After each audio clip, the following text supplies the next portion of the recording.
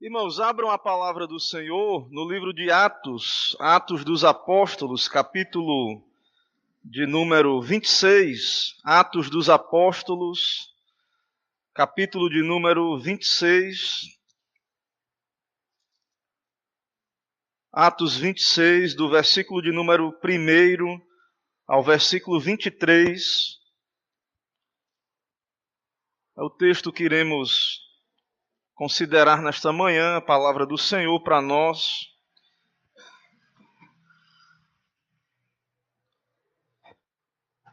Atos 26, de 1 a 23, eu lerei o texto, os irmãos acompanham a leitura. A palavra do Senhor nos diz assim, nesta manhã.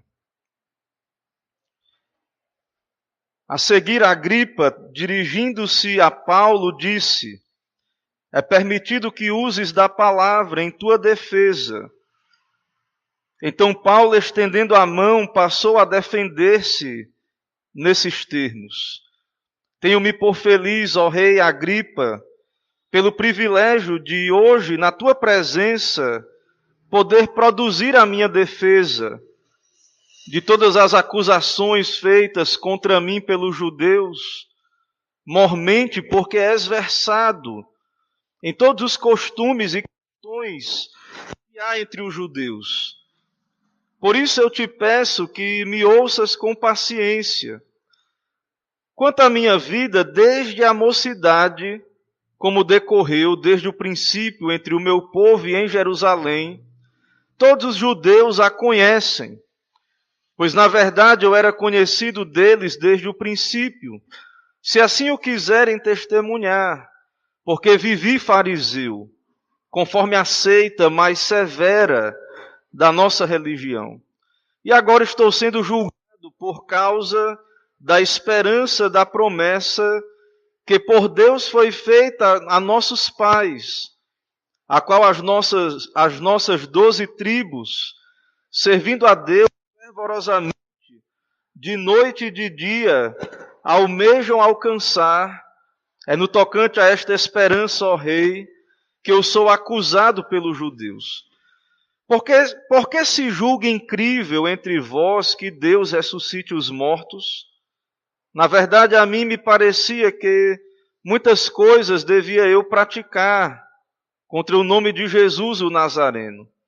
E assim procedi em Jerusalém, havendo eu recebido a autorização dos principais sacerdotes, encerrei muitos dos santos nas prisões, e contra estes dava o meu voto quando os matavam.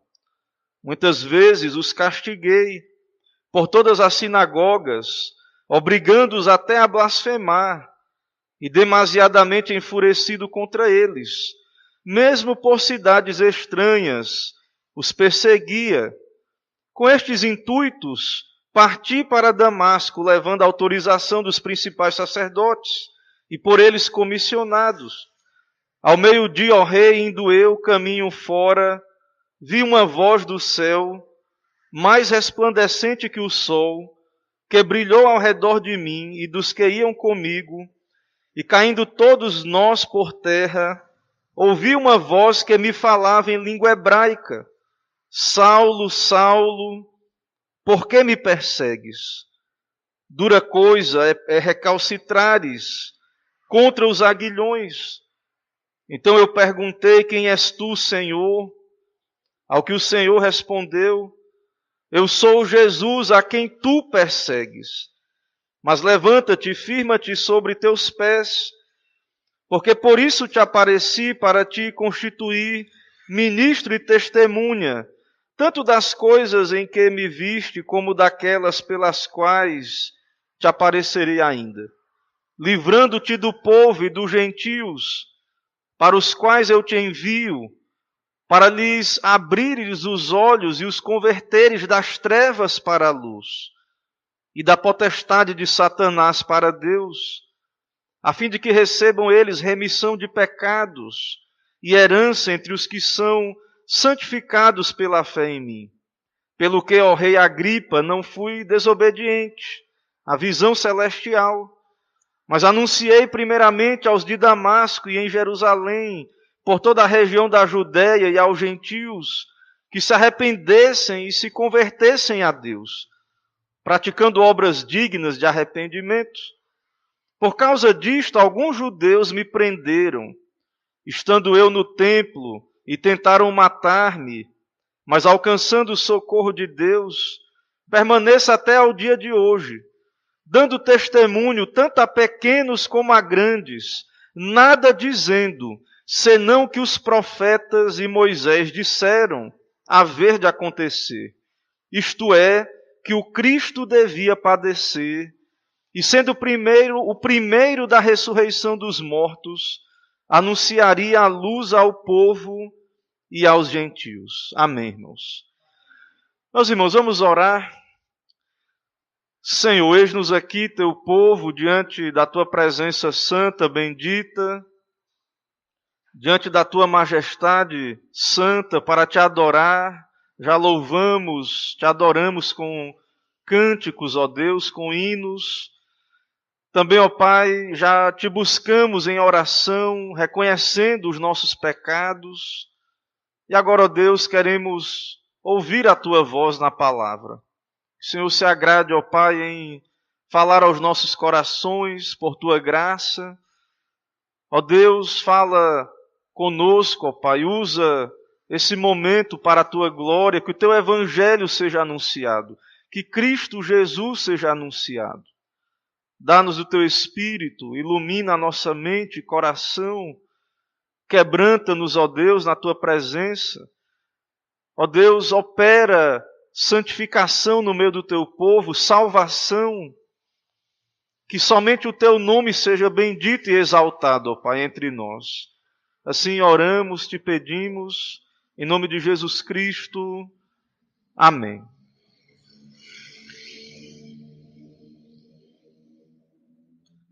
Irmãos, qual é a nossa esperança diante de Deus em tempos tão maus, de tantas calamidades? Qual é a nossa esperança? Qual é a sua esperança?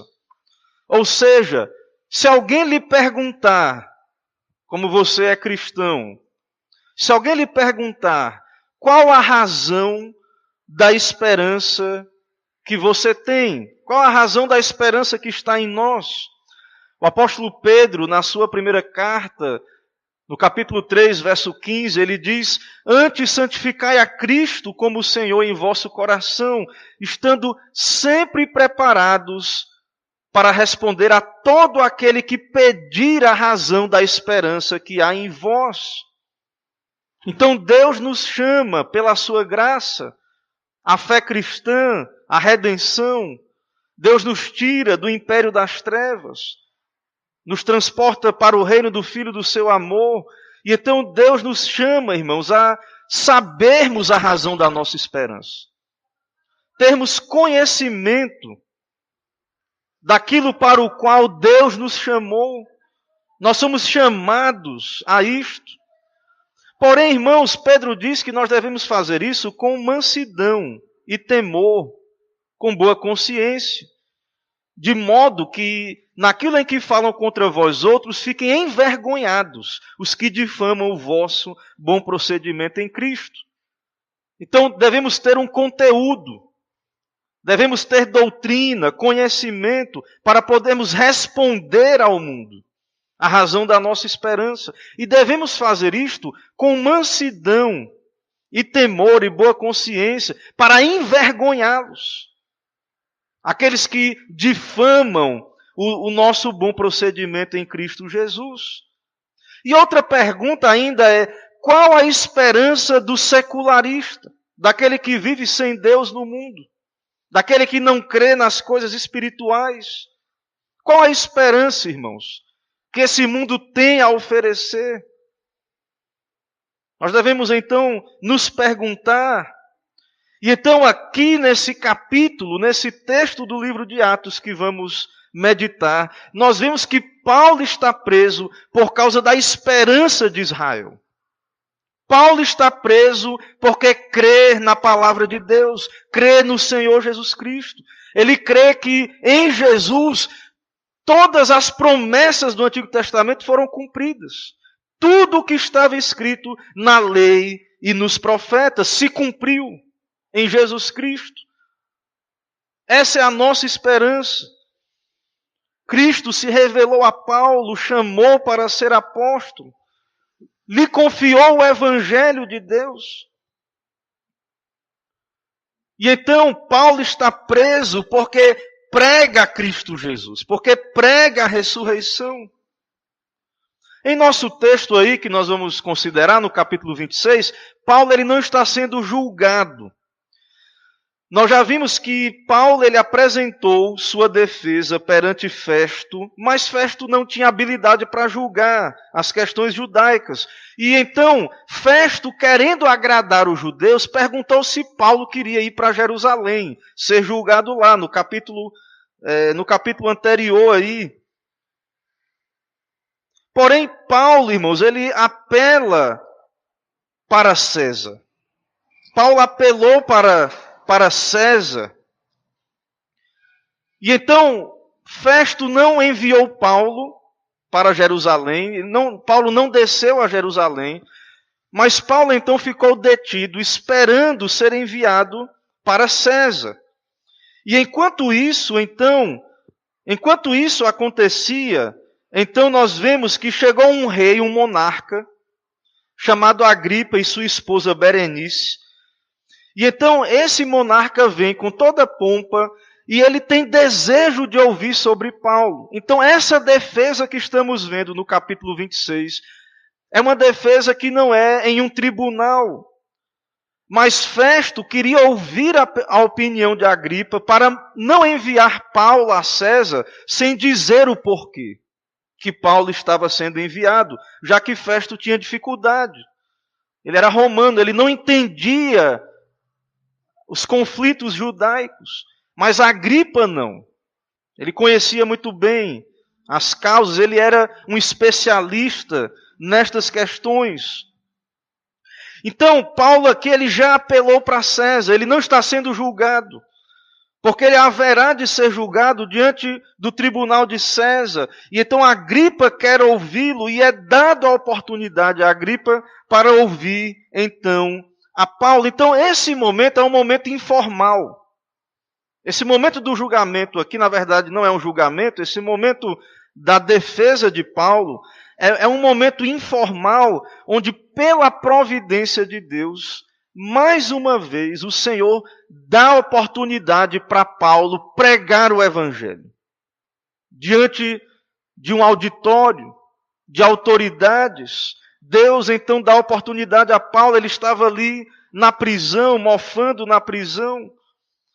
Anteriormente ele tinha sido ouvido diante de Festo, mas que não entendia, e nada foi encontrado digno de morte nele.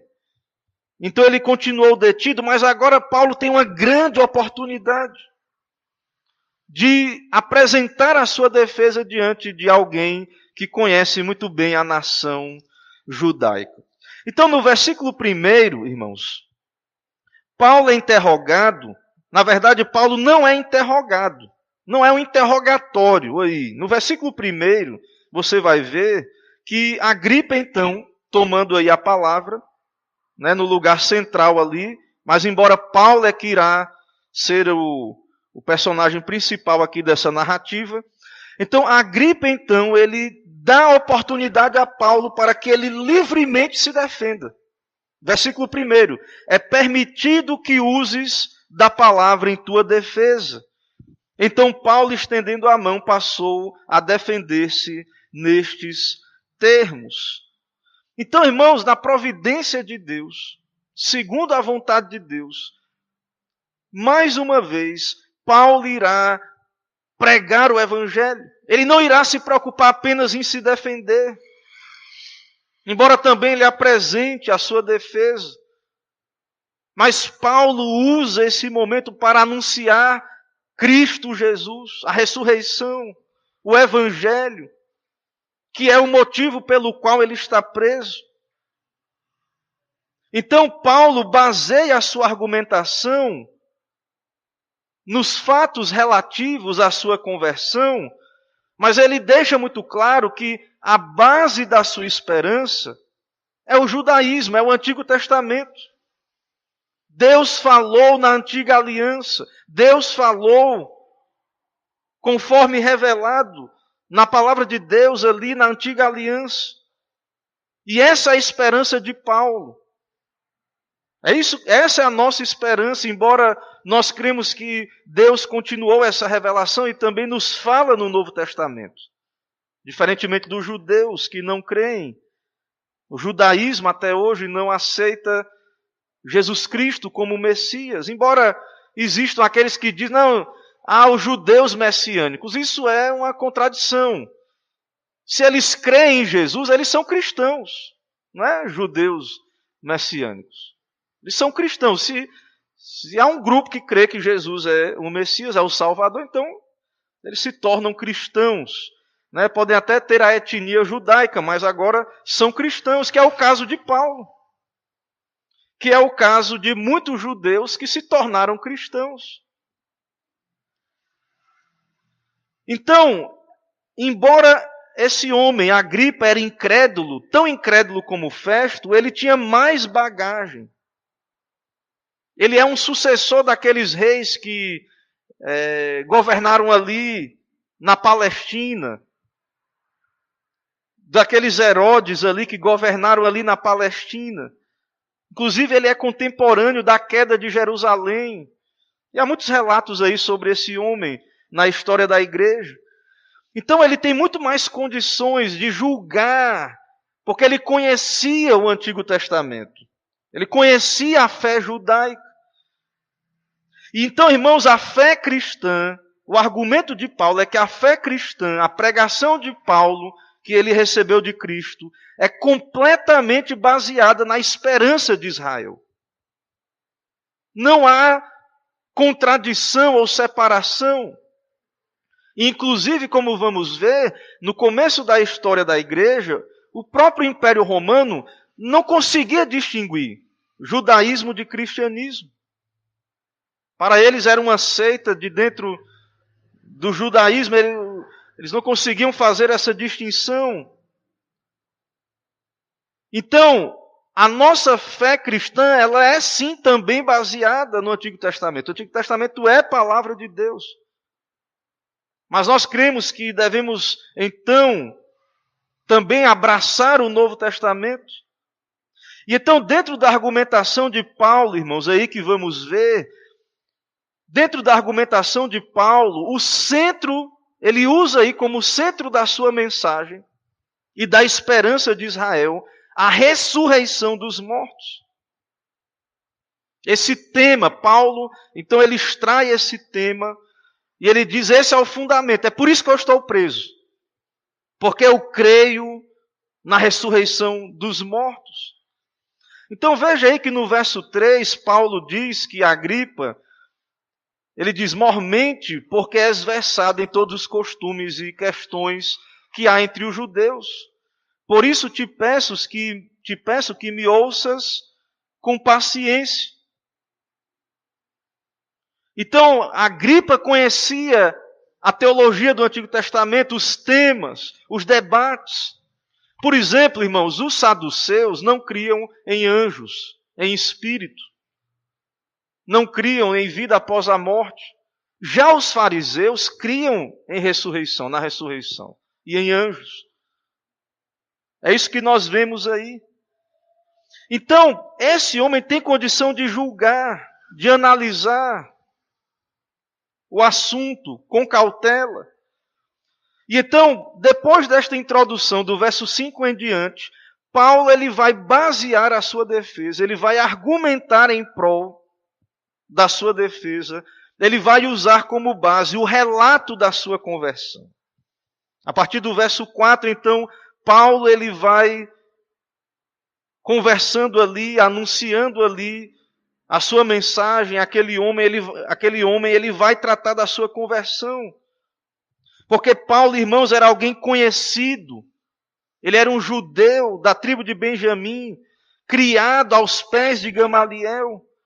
Então era alguém muito conhecido.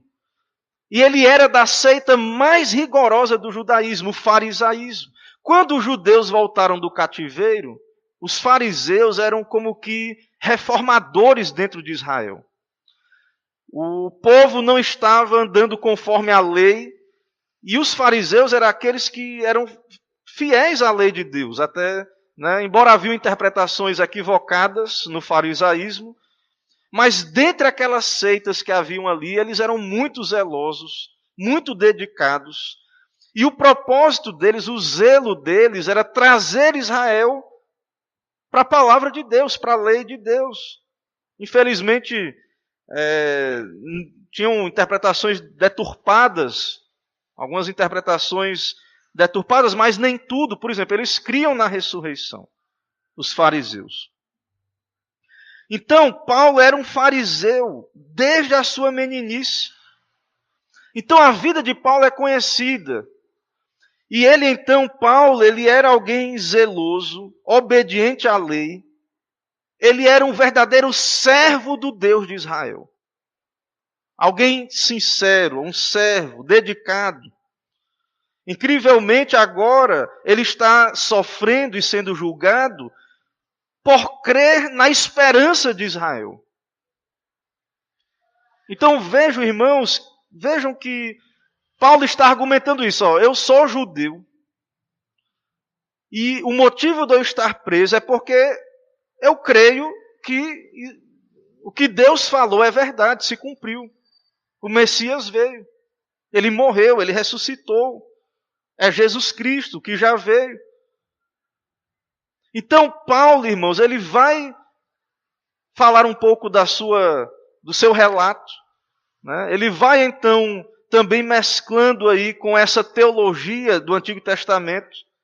Ele afirma que o que ele, como cristão, crê é a mesma fé dos antepassados. Ele vai afirmar isso. E no verso 6, veja aí. E agora estou sendo julgado por causa da esperança, da promessa que por Deus foi feita a nossos pais. É por isso que eu estou preso, Paulo está dizendo. Por causa da palavra de Deus, da esperança, da pregação que Deus deu aos nossos pais. Então, irmãos, nós vemos que, de fato, há uma unidade, uma continuidade entre o judaísmo genuíno e o cristianismo, que nós hoje somos, sim, podemos dizer, o Israel de Deus. E os judeus do Antigo Testamento eram a igreja de Deus ali na Antiga Aliança. Então Paulo está dizendo, é uma contradição que os judeus estejam querendo me punir, me prender. Estou sendo preso por causa daquilo que eles dizem crer. Eles dizem que creem na palavra de Deus, no Antigo Testamento, na revelação de Deus, no que Deus falou. E como podem então querer me prender? Paulo está argumentando nesses termos. Então a verdade, irmãos, é que a incredulidade dos judeus afastou eles da esperança de Israel, que é Jesus Cristo. Eles estavam como que cegos para perceber isso. Eles não creram, eles não olharam para Jesus pelos olhos da fé. Eles viraram as costas para Jesus Cristo. No verso 7, Paulo vai dizer então, em conexão aí com o que falamos, né, estou sendo julgado por causa da esperança de Israel, no verso 7 agora, a qual as nossas 12 tribos, servindo a Deus fervorosamente de noite e de dia, almejam alcançar. É no tocante a essa esperança, ó rei, que eu sou acusado pelos judeus. Então, tudo aquilo que os judeus se esforçaram com a graça de Deus para viver, sendo fiéis a Deus noite e dia, servindo a Deus, cultuando a Deus, debaixo das sombras da lei do Antigo Testamento, trazendo animais, cultuando, levando animais para o templo, seguindo todo aquele cerimonialismo do Antigo Testamento, que era de certa maneira, tinha ali a sua parafernália, o seu peso ali, mas Deus havia dado aquele culto. E os levitas então trabalhavam naquela adoração. E os judeus, tudo aquilo pelo qual os judeus esperavam e esperaram durante tantos anos, servindo a Deus. E então agora, Paulo está dizendo que aquela geração, aqueles que rejeitaram a Cristo e estavam rejeitando sua mensagem, eles estavam virando as costas para isso. Para a esperança de Israel. Para aquilo pelo qual os antepassados morreram em fé. Então Paulo está dizendo que toda a sua esperança é baseada na esperança de Israel. E que isso já se cumpriu. As promessas do Antigo Testamento já se cumpriram. Jesus já veio. Essa é a fé do apóstolo, é a fé cristã, é a nossa fé. Então Paulo está sendo acusado por crer nessa esperança. As pessoas nos rejeitam, nos ridicularizam como igreja de Cristo. Porque o mundo está, como vimos na oportunidade de ontem aqui, secularizado. O materialismo, o humanismo. As pessoas não baseiam mais a sua visão de mundo na palavra de Deus, como nosso país, apesar de ser uma origem católico-romana, em tese um país que tem nome de cristão, e o Ocidente mesmo aí como um todo tem um fundamento cristão, mas o secularismo, a incredulidade, o ateísmo está aí e as pessoas então estão sem esperança e elas viram as costas para a esperança que pregamos. Elas não querem ouvir sobre vida eterna, céu, inferno, sobre o estado das suas almas, serem questionadas, né? Sobre o estado das suas almas. Como vimos ontem aqui, onde estarão daqui a 1000 anos? Onde você vai estar daqui a 1000 anos? Né? Será que é só morto?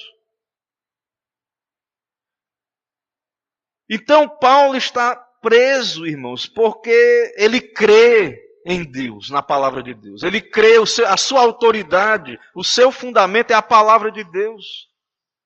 Ele está pregando esta palavra, pregando que em Cristo essa palavra se cumpre. Mas, irmãos, outra pergunta é, por que isso está acontecendo? Veja o verso 8. Porque se julga incrível entre vós que Deus ressuscite os mortos. Vamos falar sério aqui. Paulo está dizendo, vamos falar sério aqui. Eu estou falando aqui para judeus. A gente poderia falar isso para a nossa sociedade também, que se diz cristã. E que tem abraçado o secularismo, o ateísmo. Que ridicularizam o cristianismo. Então, a pergunta é, por que é incrível crer entre vós que Deus ressuscite mortos? Vocês não creem em Deus, não? Vocês não são cristãos. Na época lá, né? Vocês não são judeus. Vocês não têm a Bíblia aí debaixo. Eles não tinham, né? Uma Bíblia dessa aqui. Mas vocês não têm aí, Deus não deu a revelação para vocês. E para nós hoje, para a nossa cultura. Vocês não se dizem cristãos. Por que é incrível crer que o Deus que nos criou, que criou todas as coisas, que nos formou, que esse Deus tenha poder para ressuscitar mortos? Por que é difícil acreditar nisso? As pessoas acreditam, né, em tantas coisas aí, filosofias, sem fundamento algum. Então, aqueles judeus, como os saduceus, né, e os que estavam rejeitando a ressurreição de Cristo, sem perceber, estavam se contradizendo. Como pode um judeu perseguir a sua própria crença, aquilo que está na sua própria Bíblia?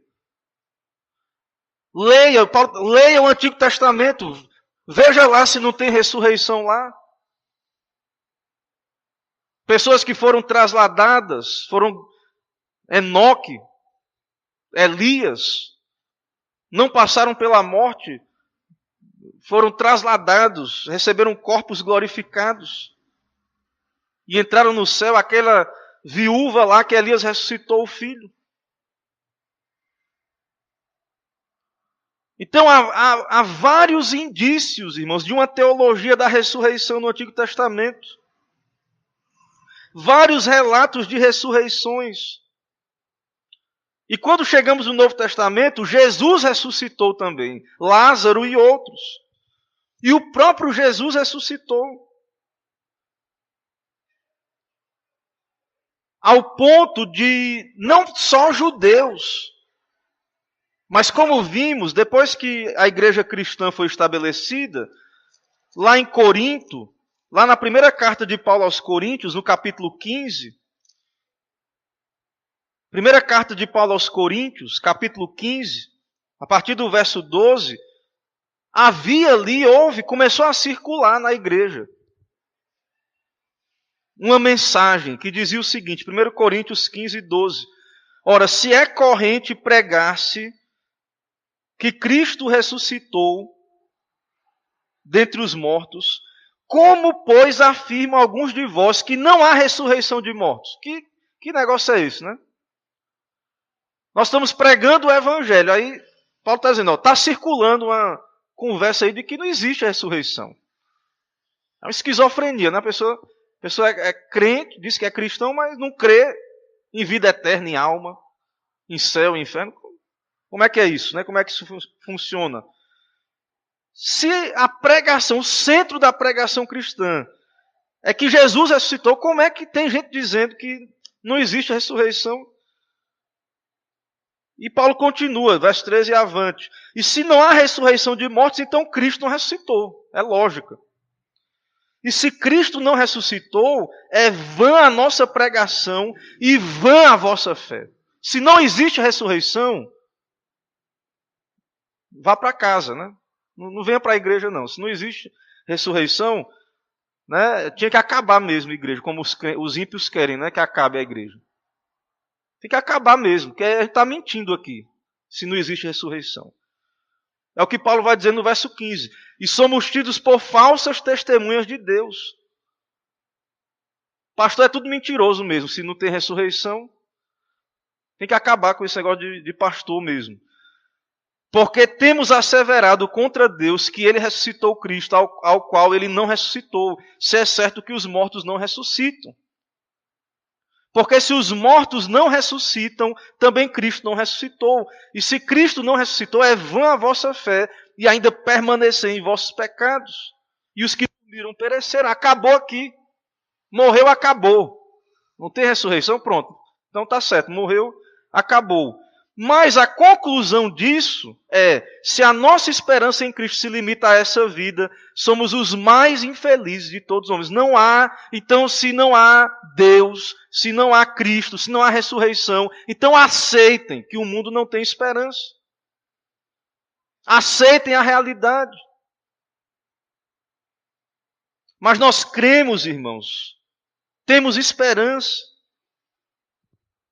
Mas devemos saber a razão da nossa esperança em Cristo Jesus. Então, em todo o Antigo Testamento havia essa mensagem. Daniel, o profeta, ele encerra a sua profecia dizendo, no capítulo 12, verso 2, muitos dos que dormem no pó da terra ressuscitarão, uns para a vida eterna e outros para a vergonha eterna. Daniel fala isso lá, na sua profecia. E quando Jesus andou nesta terra, o nosso Senhor Jesus, nosso Senhor veio, encarnou. Quando o Senhor esteve aqui, nós vemos ali naquela ocasião em que ele ressuscitou a Lázaro, nós podemos ver que Marta, lembra de Marta e Maria? Geralmente a gente lembra de Marta, meio assim, né? Marta era meio ativista, né? Gostava mais de trabalhar do que está orando ali aos pés do Senhor, se bem que, claro que ela era uma mulher crente também, piedosa, né? Mas tem aquela situação ali, né, que ela está muito atarefada, escolheu não a melhor parte, como Maria. Mas Marta, irmãos, ela demonstra uma fé extraordinária. Porque quando Jesus vem, está todo mundo de luto ali, porque Lázaro morreu, e Jesus falou sobre ressurreição, ela disse, eu sei que ele há de ressurgir na ressurreição no último dia. Ela cria na ressurreição. Eu sei que ele vai ressurgir no último dia. Então, como uma boa judia, ela cria na ressurreição. É simples, ela cria na Bíblia, na palavra de Deus. Jesus disse também, eu sou a ressurreição. Então, irmãos, a nossa esperança não é novidade, não é nova. A esperança que nós trazemos ao mundo não é algo que a gente inventou, que foi inventado agora, não. Está lá desde o princípio, desde depois da queda. Deus falou a Adão e Eva que enviaria o descendente da mulher para pisar a cabeça da serpente. O Messias viria. A esperança está ali já dada, logo depois da queda. Então, a mensagem cristã não é uma novidade. Paulo está dizendo, eu sou judeu também. Agora sou um cristão. Mas é a mesma mensagem. A mesma esperança. E aí Paulo vai argumentar, em prol da sua defesa, que ele mesmo era um incrédulo sobre isso. Perseguidor, blasfemo. Contra a igreja. A partir do verso 10, ele vai dizer, vocês estão aí me perseguindo por aquilo que eu prego. Eu também estava aí, no lugar de vocês. Ele vai dizer, e assim procedi em Jerusalém, tendo recebido autorização, encerrei muito dos santos nas prisões, e contra eles dava o meu voto. Eu também, como judeu, pensava que o cristianismo era uma praga. Paulo também tinha ódio contra Cristo, contra o cristianismo. Ele pegou cartas para perseguir as igrejas. Em outros locais, ele viajou atrás de cristãos para os prender, cheio de furor. Então, Paulo também estava entre estes que desejavam o extermínio da igreja. O extermínio do cristianismo. Paulo desejava isso. Isso que estavam querendo fazer com Paulo, prendê-lo, matá-lo, ele também quis fazer com a igreja. E aí no verso 11 ele diz o nível de furor dele contra os crentes. Muitas vezes os castiguei por todas as sinagogas, obrigando-os a blasfemar. E demasiadamente enfurecido contra eles, mesmo por cidades estranhas os perseguiam. Onde Paulo ia era perseguindo a igreja de Cristo, os crentes, os cristãos. Saiu rodando o mundo, perseguindo. Não se contentava em perseguir só em Jerusalém, não. Ele queria acabar com a fé cristã. E aí, em meio a essa perseguição, a esse furor, tendo cartas, partiu para Damasco no verso 12, com autorização. E no verso 13, então, nós vemos o relato da conversão de Paulo. Então, irmãos, Paulo, ele vai nos dizer o relato da sua conversão. E o que ele está dizendo, eu sou judeu. Judeu a tal ponto zeloso, perseguidor da igreja. Mas algo aconteceu. Deus veio ao meu encontro, Cristo veio ao meu encontro. Ao meio-dia, ó rei, indo eu caminho fora, vi uma luz do céu, mais resplandecente que o sol, que brilhou ao redor de mim e dos que iam comigo. Paulo viu Cristo ressuscitado, uma luz mais brilhante do que o sol. Algo aconteceu. Não foi como alguns dizem, um ataque epilético que Paulo teve. Não ficou louco. Não foi algo que veio da sua própria carne, de misticismo, de experiência mística. Mas do céu, Deus se revelou a ele. E ele caiu por terra. Os que estavam com ele ali, os companheiros de viagem, também caíram, levantaram, mas não ouviram a voz que Paulo ouviu. E Cristo falou com Paulo, que era Saulo. Saulo, Saulo, por que me persegues? Em língua hebraica. Intimamente, irmãos, sempre na Bíblia que você ouvir assim, essa repetição, Marta, Marta, né? Saulo, Saulo, Abraão, Abraão. É Deus falando com intimidade. Então Jesus aparece, o Cristo ressurreto, apareceu para Paulo, que era Saulo, e disse: Saulo, Saulo, por que me persegues? Dura coisa é recalcitrares contra os aguilhões. Paulo, Saulo, não seja como um boi rebelde. Os animais eram colocados em jugos ali, e quando eles eram rebeldes, não queriam cumprir a sua função, eles escoiciavam, mas haviam aguilhões. E quando eles davam coices, eles se feriam. Era mais uma dor maior do que a da submissão ao jugo. Então, dura coisa é recalcitrares contra os aguilhões. Então eu perguntei: quem és tu, Senhor? Ao que o Senhor respondeu: eu sou Jesus, a quem tu persegues. Então, percebam, irmãos, a conversão de Paulo. Aqui nós temos esse relato. Cristo apareceu para ele. Ele não estava buscando a Jesus. Pelo contrário, ele era como um boi recalcitrante, uma besta selvagem, com furor, perseguindo a igreja. E Cristo apareceu a ele, e ele se converteu imediatamente. Cristo o chamou para o ministério. Paulo se converteu e foi chamado para o ministério apostólico ao mesmo tempo, é o que vemos no verso 16. Mas levanta-te, firma-te sobre teus pés, porque para isso te apareci, para te constituir ministro e testemunha, tanto das coisas que me viste, como daquelas pelas quais te apareci ainda, livrando-te do povo e dos gentios, para os quais eu te envio. Levante-se. Eu te apareci para isto, você é minha testemunha. Você vai testemunhar. Eu vou lhe guardar, lhe preservar, para que você pregue o Evangelho.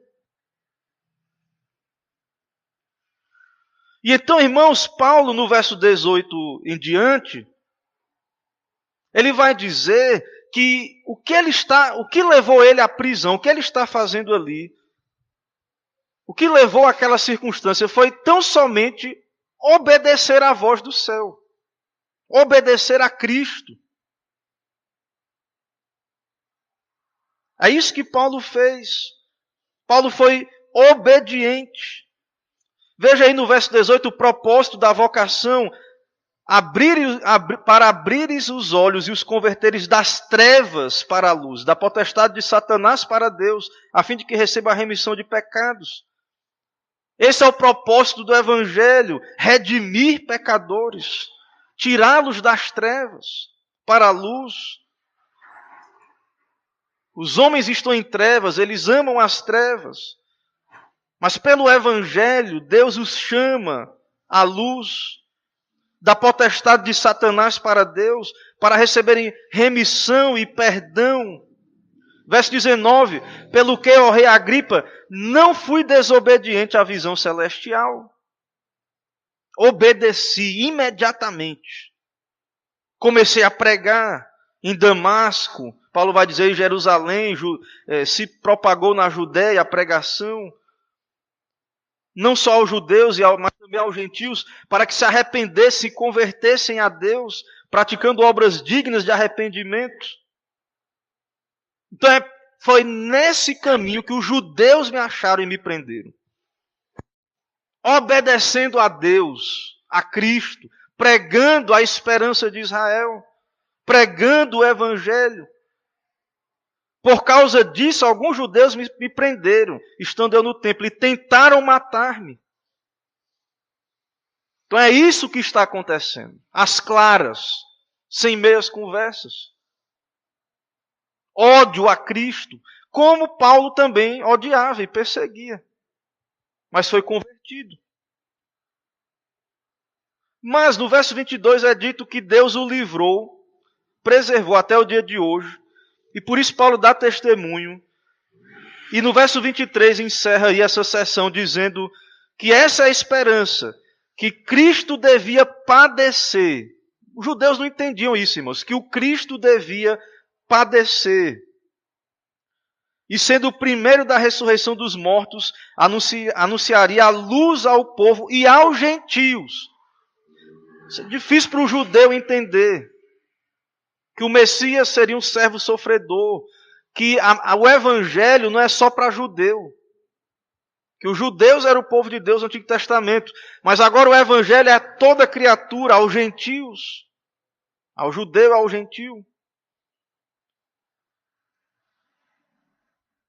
Então, Paulo apresenta a sua defesa, a sua história, a sua biografia como fundamento para que eles entendam que ele está preso na verdade por causa do evangelho, por causa da sua fidelidade a Deus. Então, chegando aqui nas aplicações, né, uma pergunta. Mais uma pergunta, mas por que Paulo, né? E aqui nós temos a terceira vez que nós temos o relato da conversão de Paulo. Por que Paulo descreve o relato da sua conversão? Para deixar claro, irmãos, que a sua conversão veio do céu. Como explicar que um perseguidor tão feroz da igreja, como explicar, agora ele é um dos principais pregadores. Um daqueles que pode ser incluído entre aqueles que podemos chamar de coluna da igreja. Como explicar a conversão desse jovem ao cristianismo? Paulo está dizendo, o que explica é que eu recebi uma revelação similar, semelhante ao que os profetas da antiga aliança receberam. Vários elementos aí da defesa de Paulo, da linguagem, encontra paralelo na linguagem dos profetas. Ou seja, Paulo está dizendo que o que ele prega vem de Deus, a sua mensagem, o seu chamado, a sua vocação, a sua transformação, não foi uma coisa nem que ele estava procurando.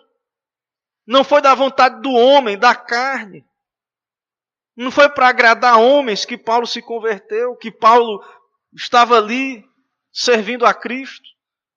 E, na verdade, nem a sua própria carne, porque o seu desejo era perseguir a igreja. É claro, irmãos, que conversões assim tão dramáticas, é claro que não existe só esse modelo de conversão. Nós sabemos que, e nós que cremos na inclusão das crianças na aliança, nós sabemos que alguém que cresce ouvindo a pregação, né, pode ser que, servindo a Deus, na comunhão dos santos, o Espírito regenere. Sem necessidade de ser como esse boi recalcitrando contra os aguilhões. Mas aqui Paulo está dizendo isso, ficou evidente na conversão de Paulo que foi uma obra de Deus. E para entendermos, está registrado para entendermos que o Evangelho é poder de Deus. Claro que esse poder é manifesto tanto numa conversão aos nossos olhos, né? Porque toda conversão, em certo sentido, ela vai ser profunda, ela vai ser dramática em certo sentido. Vai mexer com o nosso pecado, com a carne. Mas aqui na conversão de Paulo, nós podemos perceber, irmãos, que mesmo essas pessoas que perseguem a igreja, que generalizam e com isso perseguem a Cristo, mesmo pessoas que hoje, no exato dia de hoje, estão aí blasfemando contra a igreja, perseguindo a igreja, Nós cremos que Deus, sendo eleitos, sendo do propósito de Deus, poderão sim ser convertidos. Como o jovem Saulo. Deus haverá de enviar a sua palavra, o seu Espírito. Serão humilhados, subjugados, quebrantados. Não quer dizer, a nossa doutrina da graça irresistível, não quer dizer que não resistirão, porque aqui o exemplo. Mas no dia que Deus determinou a sua conversão, no dia que o Espírito operar nas suas almas, serão salvos, transformados. Então, irmãos, nós cremos nisto. E esse tipo de conversão, como a de Saulo, ela manifesta, né, de modo muito patente, visível isso. Foi obra de Deus. Mas, claro, irmãos, nem todos terão uma conversão visivelmente dramática, mas o importante, é claro, é que estejamos na graça de Deus. Que tenhamos sido humilhados aos pés de Cristo. Que tenhamos percebido que sem Cristo estamos perdidos. Precisamos do Senhor. Então, ainda que a sua conversão não tenha sido espetacular aos olhos do mundo, você não tenha um testemunho chamativo a contar, alguns até que não conseguem rastrear um dia da sua conversão, mas têm frutos de que foram convertidos. Nós devemos entender, irmãos, que a verdadeira conversão é obra da graça, é de Deus, vem do céu, não é para agradar a carne, não é nem a pessoa propriamente que... A pessoa não tem nem como se preparar, em certo sentido, para se converter. Porque o homem carnal deseja as coisas da carne. Ele não discerne as coisas espirituais. Até o dia que Deus opera nessa alma. Agora, aos ímpios que estão aí resistindo a Jesus, precisamos dizer aos ímpios, aqueles que resistem a Jesus, dura coisa é para ti recalcitrares contra os aguilhões. Você que não crê em Jesus Cristo, você que está escoiciando contra o Criador, você é como uma besta selvagem, como Lutero disse, né? Qual é o fim dessa batalha do ímpio contra Deus, né? Desse ímpio que se porta como essa besta selvagem, escoiciando os aguilhões? Qual é o final disso? Sofrimento, morte, perdição eterna. Qual é a mensagem, irmãos, para aqueles que se revoltam contra o ungido do Senhor? Dura coisa é para ti recalcitrares contra os aguilhões, e o fim não é bom se você não se arrepender. E o aviso está dado na palavra de Deus, né? O aviso está dado. Paulo se converteu, né? Era eleito, graças a Deus. Os que se converterem serão livres, serão salvos. Os rebeldes, blasfemadores, perseguidores, inimigos, se convertendo, se humilhando aos pés de Cristo, indo a Cristo para perdão e salvação, serão salvos. Serão convertidos. Seus olhos, quando alguém se converte, é o que é dito aí no verso 18, os seus olhos são abertos. São convertidos das trevas, da potestade de Satanás para Deus. Então esse é o propósito da pregação do Evangelho. É por isso que nós precisamos ouvir até mesmo a exortação da palavra de Deus, como vemos aí. Dura coisa é para ti recalcitrares contra os aguilhões. Então é necessário conversão, arrependimento para o pecador, para o rebelde. Necessário, devemos pregar isso. Não há paz fora de Cristo. Não há alegria na rebelião, na impiedade. A dor, a morte no final desse caminho. São caminhos de morte. E, irmãos, nós aprendemos também aqui o nível que a igreja pode descer, né? O nível, o fundo do poço, que aqueles que têm a palavra de Deus em mãos podem descer. Israel é o povo de Deus, a igreja da antiga aliança. Como vimos aqui, Israel está perseguindo um homem por pregar aquilo que eles acreditam, ou dizem acreditar.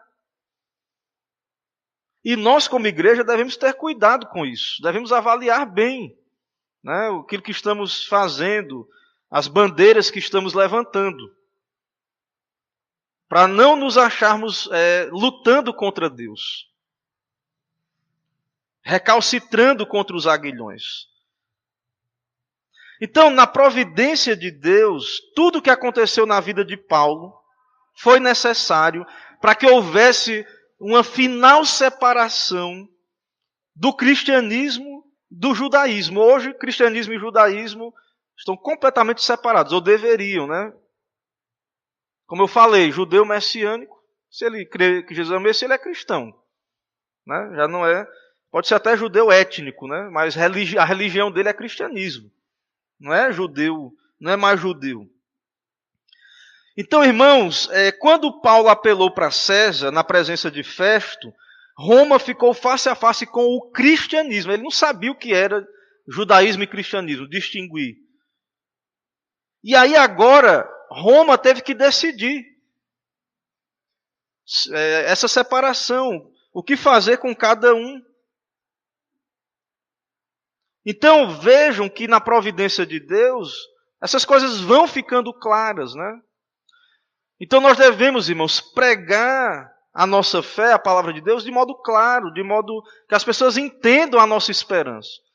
Então, voltando para as perguntas iniciais, né? Qual é a nossa esperança em meio a essa pandemia, a essa crise? Meus irmãos, nós devemos santificar a Cristo, o Senhor, sendo um povo que conhece a razão da nossa esperança. A nossa esperança está na palavra de Deus, nas Escrituras. E a palavra de Deus está completamente contida aqui, não podemos acrescentar nem diminuir. A nossa esperança está aqui, na palavra do Senhor. Então, essa é a nossa esperança. Se vão nos ridicularizar, se vão dizer que a Bíblia é um livro escrito por homens, cheio de contradição. Meus irmãos, nosso papel é pregar. A conversão não é o papel da igreja, não é converter, não é regenerar ninguém, né? Os números, a conversão pertence a Deus, não pertence a nós. Nós devemos pregar Cristo, a nossa esperança. Temos uma esperança, sim. Então, meus irmãos, nós não devemos viver como quem não tem esperança em meio a essa crise. E as pessoas vão ver as nossas reações diante da dor, da morte, diante do caos econômico, da crise financeira. Qual é a nossa esperança? Tá onde é a nossa esperança? No diploma, na conta bancária, patrimônio, conhecimento, né, deste mundo. Qual é a nossa esperança? A nossa esperança, irmãos, está em Cristo. Estando em Cristo, nós temos esperança. E para aqueles que não têm essa esperança, são miseráveis, precisam se arrepender. Essa é a mensagem, irmãos, da Bíblia. Essa é a mensagem que devemos dizer-lhes. Sem Deus, e nós também estávamos lá, miseráveis também, perdidos. Mas agora nós temos esperança. E nós não podemos calar a nossa esperança em tempos como estes. Então nós precisamos estar prontos, é o papel da igreja lhe preparar. Então você precisa ouvir a pregação, você precisa conhecer a doutrina, conhecer a palavra de Deus, ser um leitor da Bíblia, orar, ler a Bíblia, buscar a Deus em família, na igreja, fortalecer o seu cristianismo, a sua visão de mundo cristã, não ser um cristão dividido na sua fé, para que Deus possa lhe usar e Deus vai preparar momentos como este aqui, que ele preparou para Paulo. A questão é, estaremos preparados como Paulo estava preparado? Claro que o Espírito estará conosco, mas nós devemos sim, irmãos, conhecer, estar prontos, santificar Cristo como Senhor em nosso coração, responder a este mundo sem esperança. Que há uma esperança. E que o mundo está como está, não é porque não tem esperança, não. É porque tem virado as costas para Deus, para a palavra de Deus. Estão colhendo o que plantaram. A nossa cultura, a nossa sociedade, a nossa civilização abandonou Deus e a sua palavra.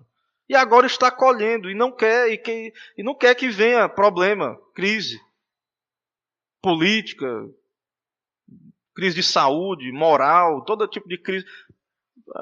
A sociedade plantou isso, não crê em Deus.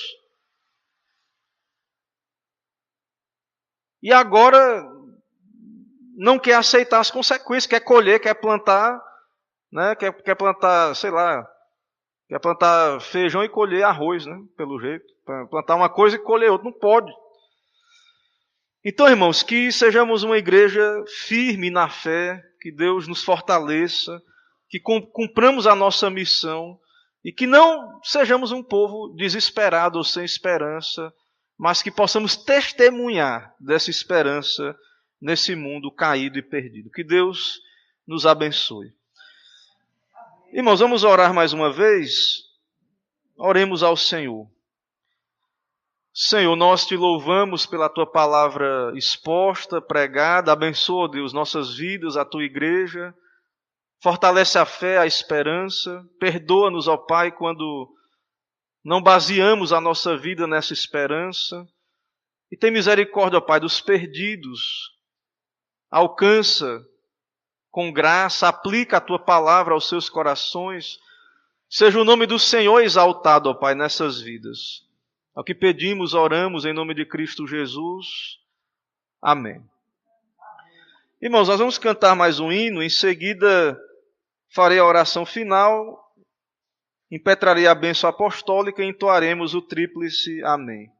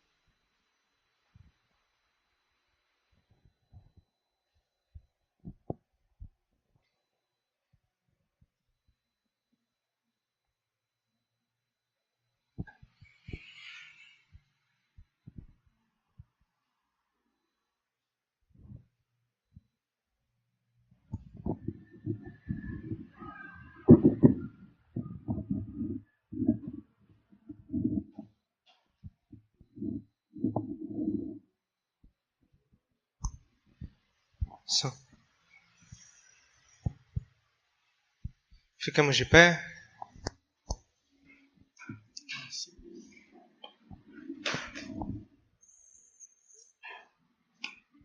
Cantemos o hino de número 368, Despedida.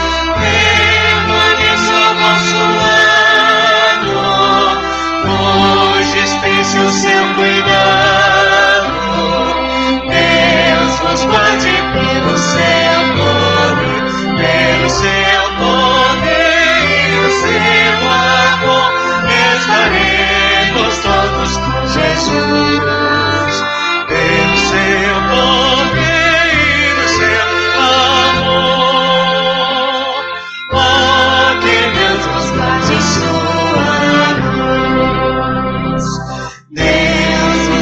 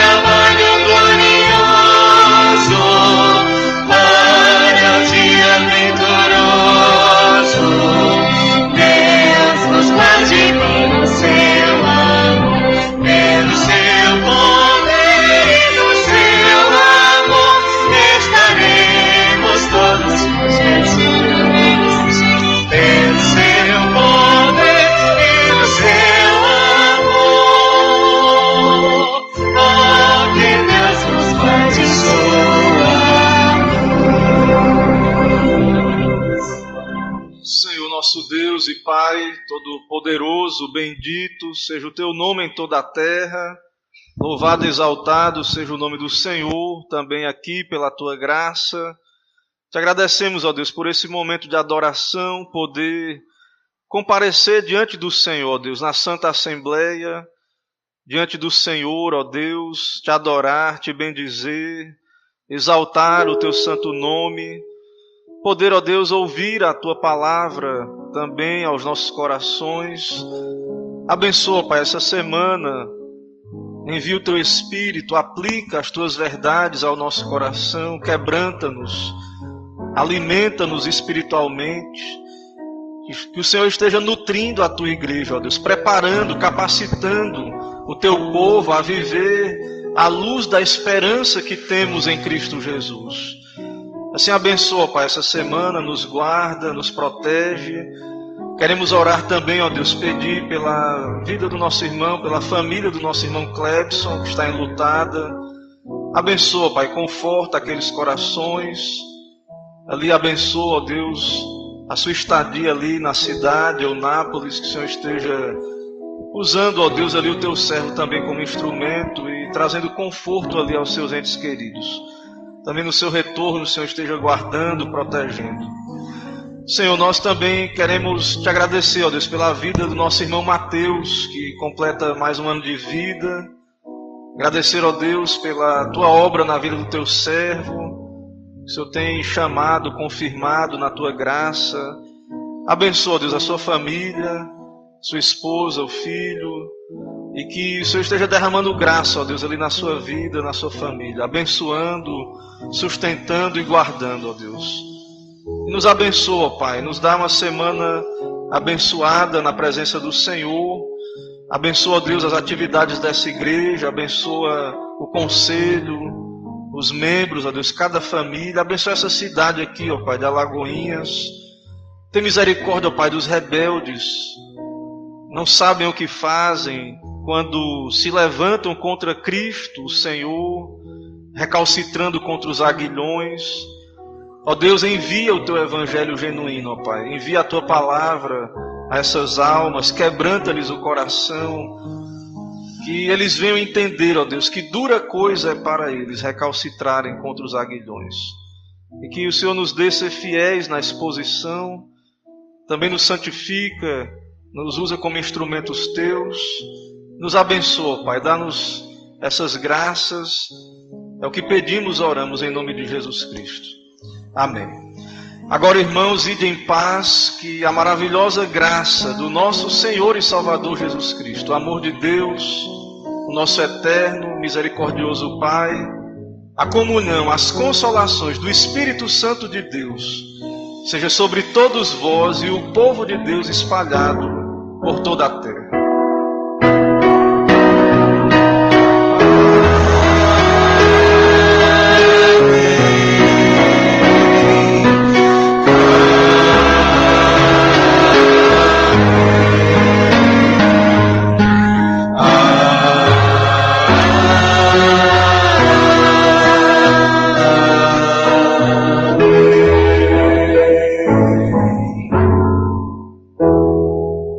Irmãos, poder sentar. Irmãos, nós encerramos esse serviço ao Senhor, esse momento de adoração pública, né? Louvando a Deus, buscando a graça do Senhor, e damos boas-vindas a todos os irmãos, amigos visitantes, também aqueles que nos acompanham a nossa transmissão pela internet. Eu tenho alguns avisos, eu sei que o nosso horário aí tem avançado, mas eu peço um pouco de paciência.